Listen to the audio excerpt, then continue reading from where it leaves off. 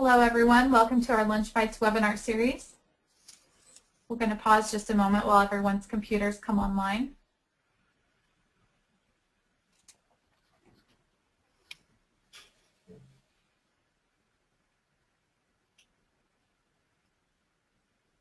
Okay, looks like we have quite a few people with us here today, so I'm going to go ahead and get started. Welcome to our Lunch Bites webinar series, which is held at noon Central on the second Tuesday of every month. Our series is designed to be short but loaded with information related to farm to school. Each webinar in our series will feature a 20-minute presentation followed by a short Q&A session. Feel free to ask questions as you think of them during today's webinar by typing them into the question or chat window on your webinar control panel. If you have suggestions for topics or speakers you'd like this series to cover, please send an email to Chelsea Simpson at chelsea@farmtoschool.org.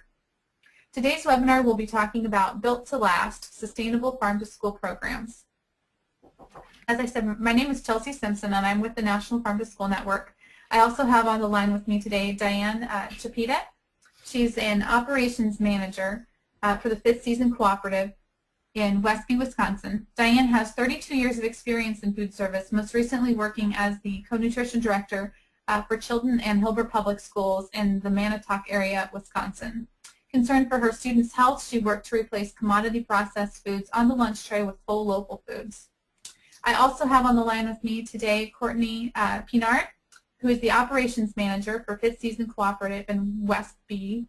Whoops, sorry, reading the wrong one. I'm sorry. Courtney Pinard is a research scientist at the Gresham Swanson Center for Nutrition in Nebraska. Her work focuses on childhood obesity prevention, healthy foods access, and the public health impact of local food systems. She also just finished working on a CPPW grant related to Farm to School. So, Diane, I think you're going to get started today. Take it away. Okay. Oh, there it is. Okay. Good afternoon. Today I'm going to talk about ways of creating a lasting, sustainable farm-to-school program. As we all know, having a successful program is essential to the health of our students and our lunch programs. I operated a farm-to-school program in Chilton and Hilbert, Wisconsin for several years before I took on the role of operations manager for a multi-stakeholder cooperative. One of the roles I play for Fifth Season Co-op is assisting K-12 managers with local purchasing, promotion, and incorporating local foods into their menus.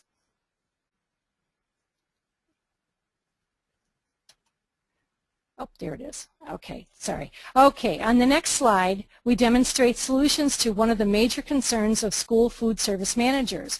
How do I incorporate local foods into my existing menus? There are several ways to create menu opportunities for local foods. In the first method, Harvest of the Month, this is something that many schools utilize within their farm-to-school program. This process can be set up in advance based on seasonal peak for fruits and vegetables and costing information in your region. An example for Wisconsin would be melons in September and apples in October. Later in the school year, other value-added items can be utilized, such as honey, locally milled flour, quick bread mixes, or even maple syrup and root storage crops. The second example would include produce coming from a school garden in tandem with other seasonal offerings. This approach can be as creative as you wish and can include an in-school recipe challenge or involvement from the students who maintain the garden. Getting parents involved with the harvest and creation of recipes utilized in school menus is also a great tool for education and community involvement. The next example is using open-ended or seasonal menus as opposed to cycle menus. We utilized this method in my schools. We ran fruit and veggie bars throughout the year, incorporating local fresh items as they came into season. We provided a brief explanation in the sidebar on our menus, which demonstrated the types of veggies our students may see on a daily basis. We also featured a local vegetable or fruit when possible each month and sent home fact sheets on Wisconsin varieties. The final example focuses on including pre-planning for seasonal sides and main entrees, again based on availability and cost for a cycle menu plan. Contracts for these items can be set in advance and quantities can be locked in with your growers. You need to be sure you fully understand peak season and market pricing for the items you choose. Great resources for this information are your Community Extension Office, county ag office, community food co-op, or the manager of your local farmers market. There are several points to consider when you plan local foods on your menu. Remember to balance costs on the lunch tray. Consider pairing low-cost items such as commodities with more costly fresh foods. When creating or borrowing recipes, be sure to calculate the total cost of those recipes, including any added labor. Unsuccessful programs race ahead to purchase local foods without planning how to pay for those foods. Provide the proper tools for the job. It can be as simple as a good knife and cutting boards combined with proper knife handling demonstrations for smaller districts, or several good-sized food processors for larger schools. If you need assistance with expensive added equipment, utilize the USDA Farm to School grant. Look for other grant opportunities including Whole Foods and Lunch Tray or Let's Move salad bars to schools. Unsuccessful attempts made at Farm to School often, in hindsight, note that there was a lack of planning and training. Utilize your staff based on their strengths and provide training for tasks before you menu a new recipe or add additional work to your production day. Help your staff to take ownership of the changes by giving them a leg up when needed. Empower the staff and you empower the program. Look at your production schedules with a fresh eye. I can't tell you how important this is. I once had a manager confess that her lead cook asked her, "How many cooks does it take to make sloppy joes?" When she blankly stared at the employee, she went on to explain that all 3 district kitchens were cooking sloppy joes on a different day in the same week. So what's the correct answer to her question? As many as you have scheduled. In other words, consider producing recipes once and use the labor you save on other projects. Every manager has a big picture in their head of where their program is going and what they want the program to look like or represent. But a manager is only as effective as their staff. So involving staff in planning stages and the creative process allows them to take ownership and get behind those changes. You need the support of your staff to create a successful Farm to School program. During the 5-year development of my Farm to School programs, the staff at both districts took it upon themselves to assist in making our programs work. They had a vested interest in its success. Incorporating Farm to School can go well beyond your hotline. Sourcing local bakery goods, packaged items, and ingredients such as dairy items can create an opportunity to extend Farm to School to a la carte, vending machines, concession sales, and fundraising opportunities for the district. Do you cater events and meetings within your school?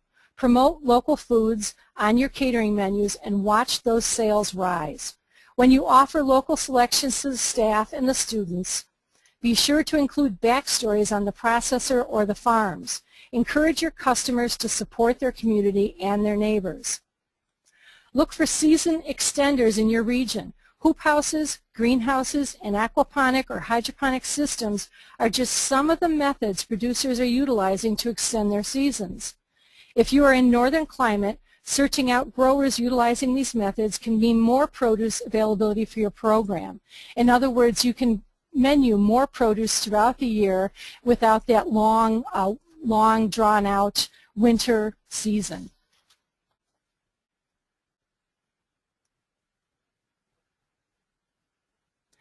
Okay, I can't find the slide.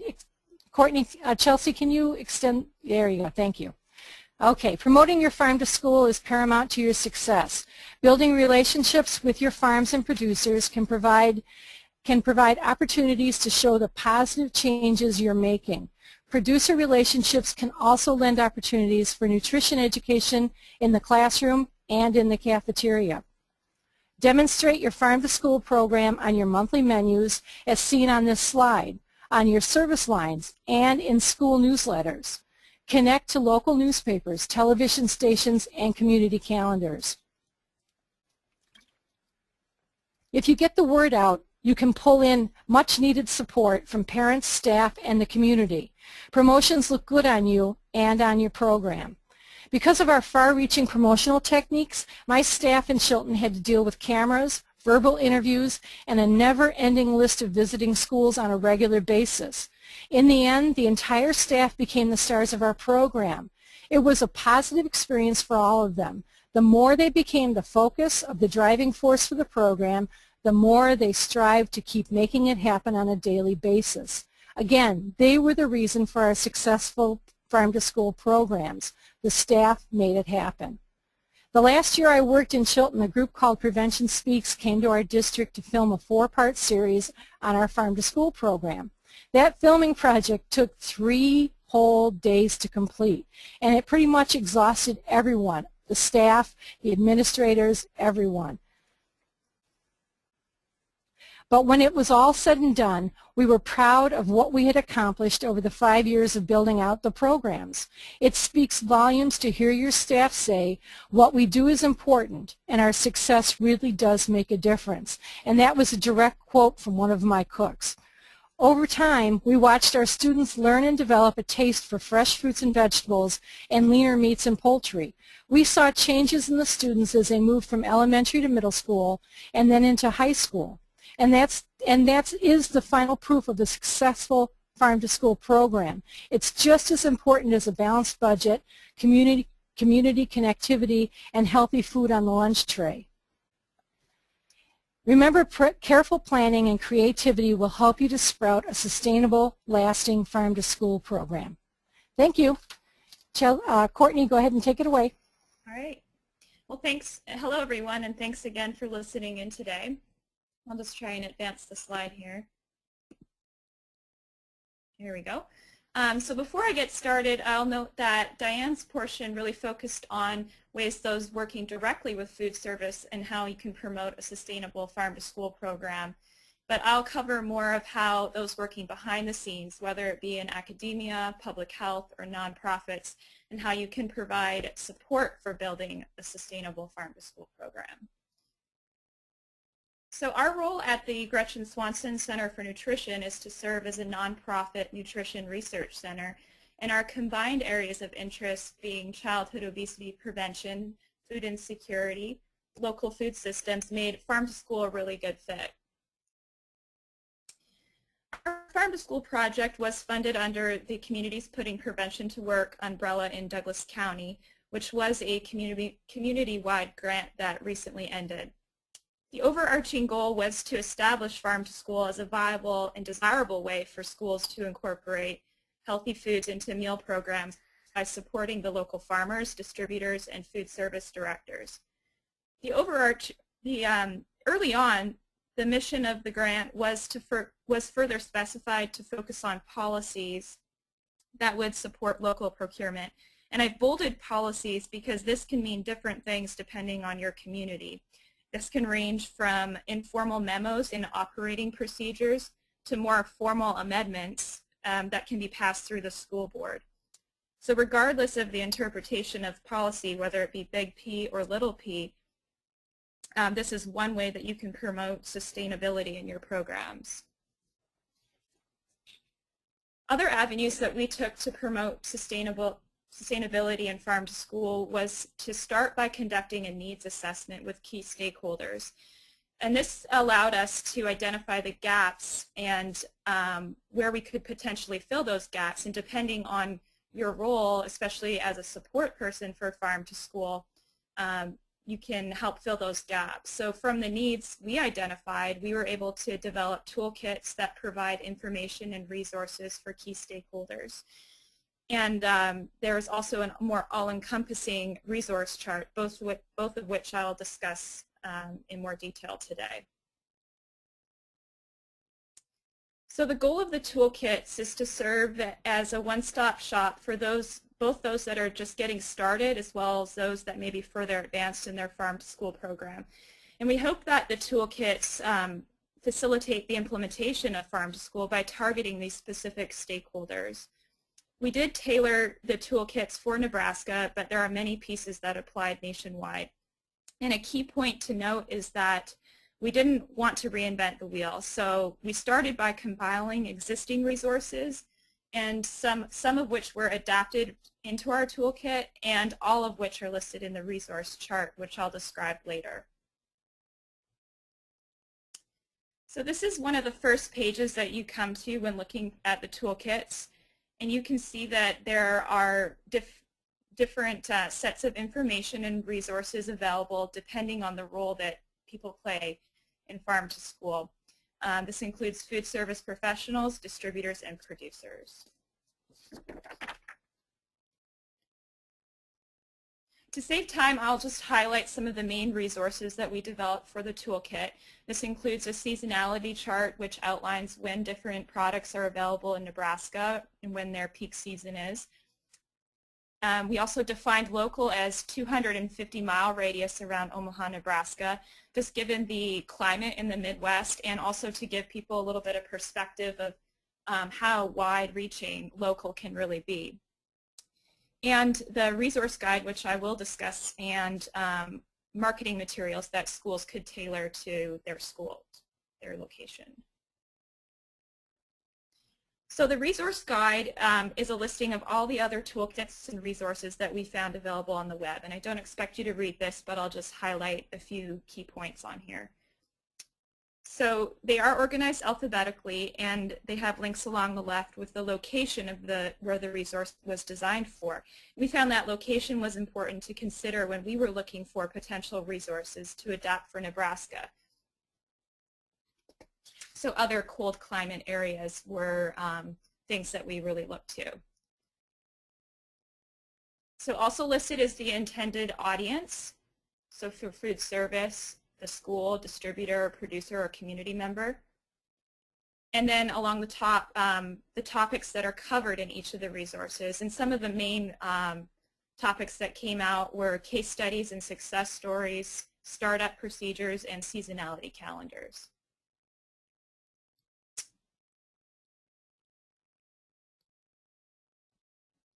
Okay, there we go. So moving forward in farm to school in Nebraska, we really need to work on building infrastructure, both around the growing season and distribution and aggregation, as well as the procedures on the school food service side. And next steps for us are to implement more programming to be able to educate students and parents about local foods and farm to school. So that concludes my description of farm to school in Douglas County. And let's see, I do have the toolkit website there listed if you want to check it out. Both the toolkits and the resource chart are available there. So I guess Chelsea will take questions. Fantastic. Thank you so much, Courtney and Diane. That was absolutely great and really educational. So now we'll move on to the Q&A portion of our webinar today. Let me just take a look here. If you have a question, just remind everyone to type it into the questions panel, and it looks like we do have a couple so far. Just to I always get asked, this looks like somebody's already asked if this is being archived.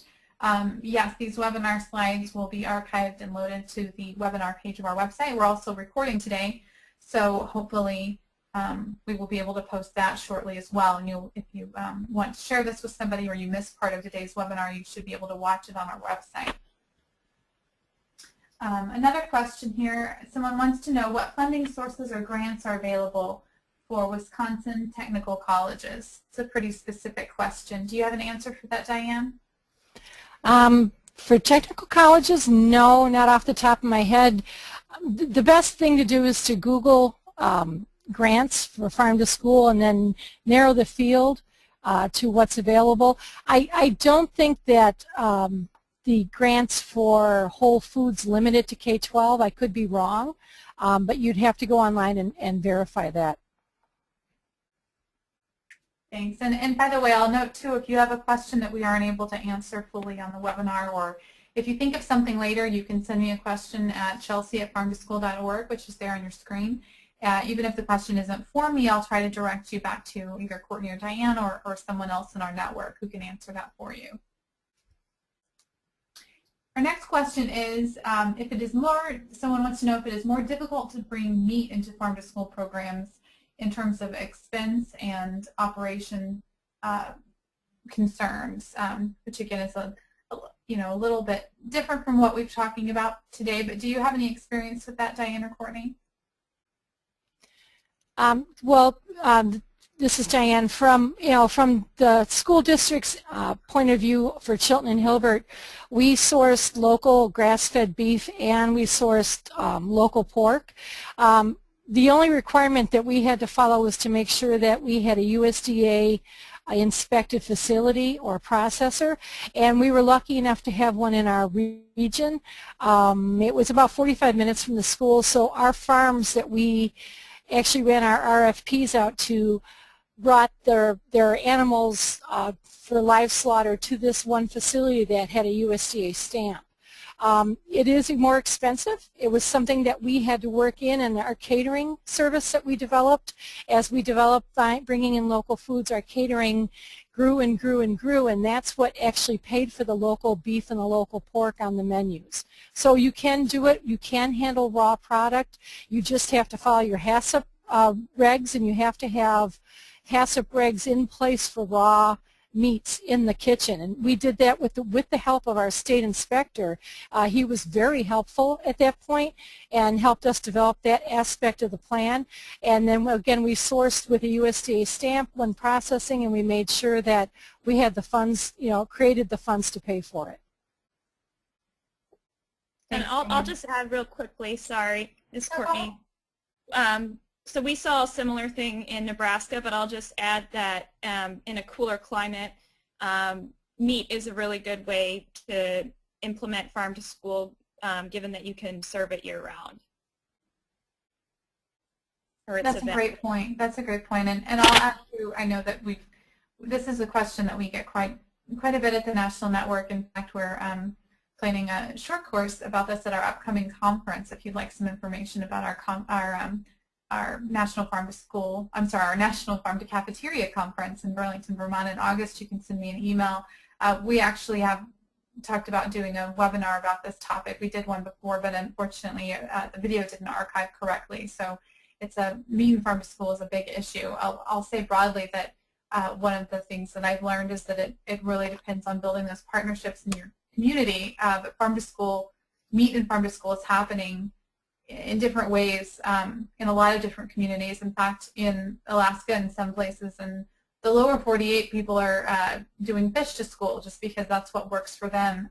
One comment that I've heard several times is that it's sometimes an advantageous partnership because the parts of the animals that are really high dollar, your ribeyes and your T-bones, for example, your fillets, they sell easily, and your ground meat, something that's going to work better in its cafeteria anyway, it creates a nice market for a farmer who's then, if they're interested in working with you, is able to give a better price. There was a school that had a similar example with a chicken farmer who just had trouble getting rid of their drumsticks, and of course drumsticks were exactly what the school cafeteria needed. So that's just a broad statement about some of the things that can make it more feasible. So we have another question here. Are there any suggestions on strategies for selling the idea of farm to school to management?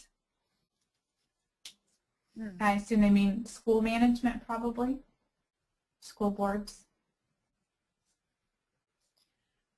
I'll just say a little bit that I think having your key stakeholders around the table and even involving parents and other groups, creating a demand for it. And so getting people rallied around farm to school can really help push that forward, and then the management would potentially see the benefit of it. Also, there's plenty of farm to school toolkits out there, and almost every single toolkit addresses how to present this to your board, how to present it to the administrators, to the parents. So you can search out farm to school toolkits all over the United States and pull whichever section you think would work best with your school district, and actually utilize that tool. Every school's different. When I presented to my school districts, and at the time I presented, I had 3 districts that I was running at that point. All 3 districts were very enthused over it. when I talked to the administrators, because we were in a rural area. So of course, every time that I talked about supporting our farmers and our communities, they were definitely on board. This wasn't an issue.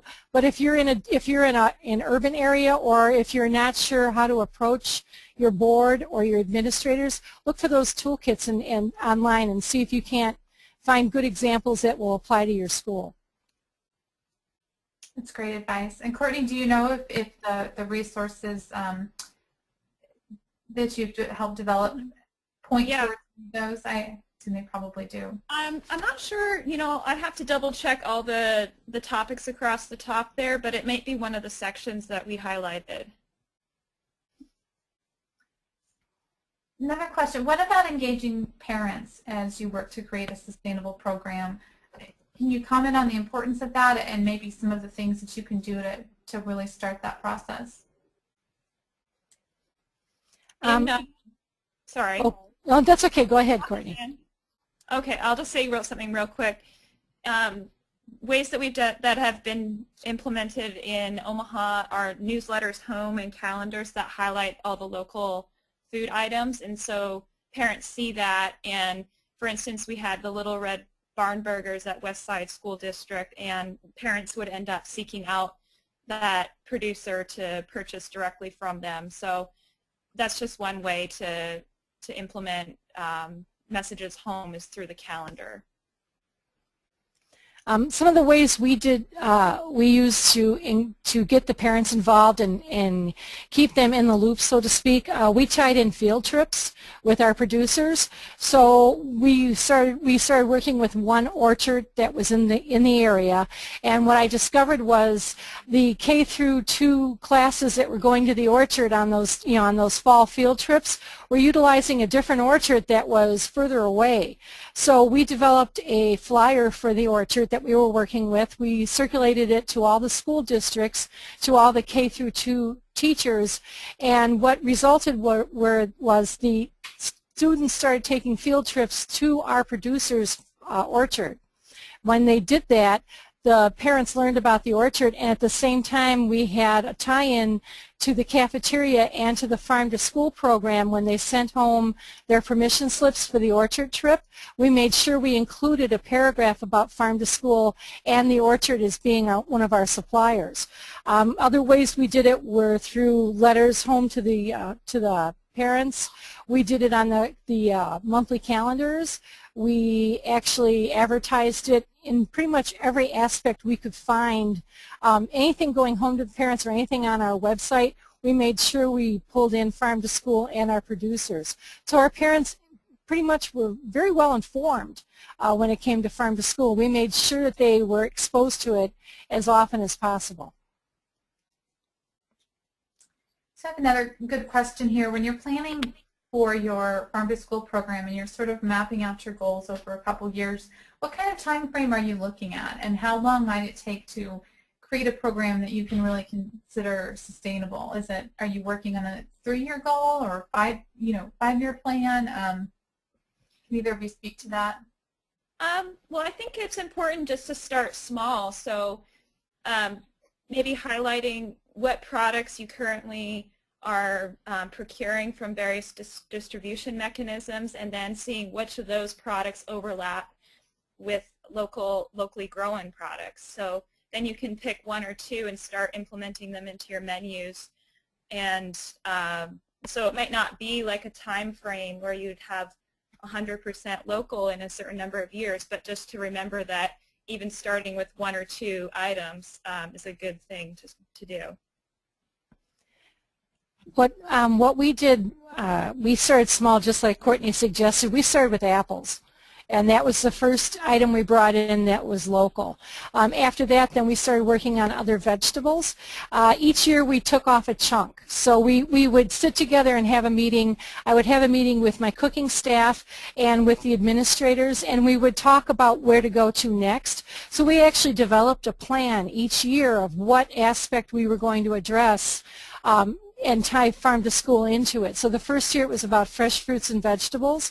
The second year we decided to look at the packaged mixes and the processed foods we were using and start to look for alternate local items that we could incorporate in place of those mixes and those processed items. So, each year we sat together and had a meeting about it and decided where we were going to take this. So it took us about 5 years to finish. Well, I don't think you can ever be finished. You can always find something else you can do. But it took us 5 years to sit back and say, wow, now we really have a very sustainable farm-to-school program, and it's big enough that, it's taking up maybe 30% of the menu, and that was really important to us. So, a step at a time, and maybe writing a plan or discovering ways to incorporate more step by step. That's great advice. I think, too, when we talk about sustainability, there are several things that, that word brings to mind. Of course, there's the financial sustainability of a program, and there's also just the people power of, making sure that it's not resting on the backs of just one or two key volunteers or employees. So it's probably, I would guess that the answer is different depending on, which aspect you might be talking about. I'm getting several questions here about resources, so I just wanted to clarify this webinar and our other webinar-related resources, such as the slides, will be posted on farmtoschool.org. That's the National Farm to School Network's website. Farmtoschool.org, we have a webinar tab. The items that Courtney Pinard was referencing are, and the resources that they developed are on the Gretchen Swanson Center website. What's that domain, Courtney? Let's see. I had it posted on the end slide. It's http tool. Yeah, there it is. Toolkit.centerfornutrition.org. So yes, and one of their resources was a guide to other resources. So that one is the main one we were just referencing a moment ago. One other thing that you'll find on farmtoschool.org is a map that shows all 50 states and the District of Columbia, and the National Farm to School Network has regional lead agencies and state leads that work with us on the national level and the local level to sort of be our eyes on the ground and help facilitate things. These are people that have been doing work in the farm to school field for years, and they're a great go-to contact. So a few of the questions I'm seeing are really great local questions. For example, connecting with farmers in your local area and how to make that connection. I recommend you check out the map on our website, visit your state. There might be information there. There might be farms listed on your state profile, or you might have the best luck contacting your state lead, if you're wanting to make that connection. So I just wanted to mention those things to kill a few birds with one stone there. Let's see. One other question that's sort of resource related. Someone has a question about farm to preschool programs in Wisconsin, which I'll direct to you in a moment, Diane. But I did want to note that the National Farm to School Network is sort of partnering with a subcommittee working on farm to preschool specifically, and in partnership with UEPI in California. So the Farm to Preschool group actually just started their own website. It's farmtopreschool.org. So you might visit, if you're concerned specifically with preschool issues, you might visit that brand new website and use it to get in touch with them and find other resources. I think this is an interesting webinar topic because in some ways it's just broad enough that we can talk about a lot of things under this umbrella of sustainability. And Diane, do you have any experience with farm to preschool in Wisconsin? Any specific programs? No, I don't think I do. I really didn't get many requests from preschools for assistance. It was primarily K through 12 and then a couple colleges. And later, now that in the position I'm in now, I handle a lot of hospitals, and I also handle senior care. I know preschool programs have very strict regulations, not unlike the K-12 regulations. So the farmtopreschool.org is probably your best bet, and then maybe Google and take it from there. Thank you. I think we'll take just one or two more questions if anyone has anything else they'd like to type in. I wonder if you could comment, Diane, on how you found local growers to work with, and maybe that's not the right question. Maybe you work mostly with distributors also, but how did you form those local food partnerships, and was it difficult? In Chilton and Hilbert, I pretty much advertised in the newspapers. Again, these were rural communities, so I put an advertisement for local growers for the Farm to School program for the 3 school districts in the regional paper and in the local town papers, and our growers contacted us. So it was surprising when we put in the first ad. We received maybe 15 inquiries within the first week and a half. Other school districts do not have that advantage because they are not in rural areas where there's a lot of farming going on. And when we deal with that here at Fifth Season, we aggregate producers for everyone. So, my suggestion to urban schools would be to, especially if you're a larger urban school, talk to your distributor and tell them you want local. The more schools that tell their distributors they want local foods, the more the distributors will start to look for local. Or you can also go on the website for in Wisconsin we have the Farm Fresh Atlas, which covers the entire state, and it actually lists growers according to what they grow and what kind of business they're in, if they do wholesale, if they do retail, if they do direct farm sales. So look for some kind of a kit or toolkit in your state that would help you find growers locally. You can also contact your farmers market, whoever's in charge of the local farmers markets, even if it's in say, a city like Madison. That farmers market manager will know all the growers in the region, and they will be able to hook you up with who they think may be able to sell to school or to the cafeteria at the university or the tech school.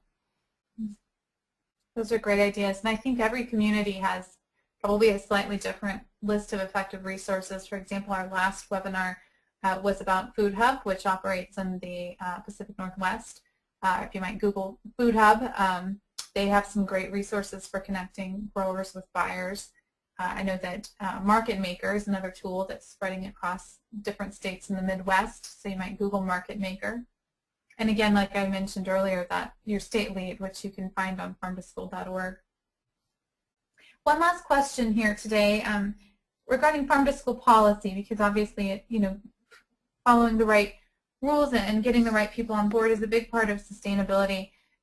So we have a question here about, what policies you had to get approved through your school board or other boards and other levels of regulation before you were able to institute your farm to school program, which I'll say before starting your answer that this is one of those questions that's highly local. Every community, every school board, every state, to a large degree, is going to have slightly different things that they're concerned with and slightly different levels of approval that might be needed. But what was your experience, Diane and Courtney, with the schools that you've worked with? What did you have to get lined up before you were able to start implementing some of these changes? Well, for our schools, we basically, I sat down and talked with the administrators, and I asked them to write a local or define a local purchasing policy for the schools. One of my schools already had one, and they had it set within 100 miles, and it was a preferred purchase. In other words, they encouraged their staff, even the janitorial, all of the staff, they encouraged them to purchase locally within 100 miles. So the 2 districts that didn't have this policy, I asked them to create a policy, and then I worked with them whenever they needed assistance, gave them examples of other policies from other school districts in the area. Other than that, I just wrote a procedure for proper procurement, and I submitted that to my administrator. And anyone who buys food for school programs knows what the procedures are and knows what proper procurement includes. So, I just wrote up a process for purchasing local, and I kept that process, one for vegetables and then eventually one for dairy and meat, and that's the process I followed every year when I procured locally and ran RFPs for food. And it can be something as basic as that. As long as I could show my board of directors that I was doing it correctly and following procedure, they were fine with me going ahead. Yeah. In Nebraska, we had a similar story. The food service directors didn't want to pass a formal policy through the school board, and so what we developed was more of a memo in the operations manual, kind of like Diane explained, a preference for local and operating procedures. And the main key was learning how to develop the bids that specify local. And so we didn't actually have a formal policy that was passed through the school board, but all the procedures around actually procuring local food were developed. Well, thank you so much, Diane and Courtney, for your time today. Thanks for giving us a great webinar presentation, and thank you to everyone else for attending. Our next webinar will be May 8th. It's scheduled to be about school gardens and keeping them going through the summer. So if you visit our website, the information should be up there shortly. And anyone who registered for the webinar today should get a follow-up email when our resources are live on farmtoschool.org. So thank you again for joining us.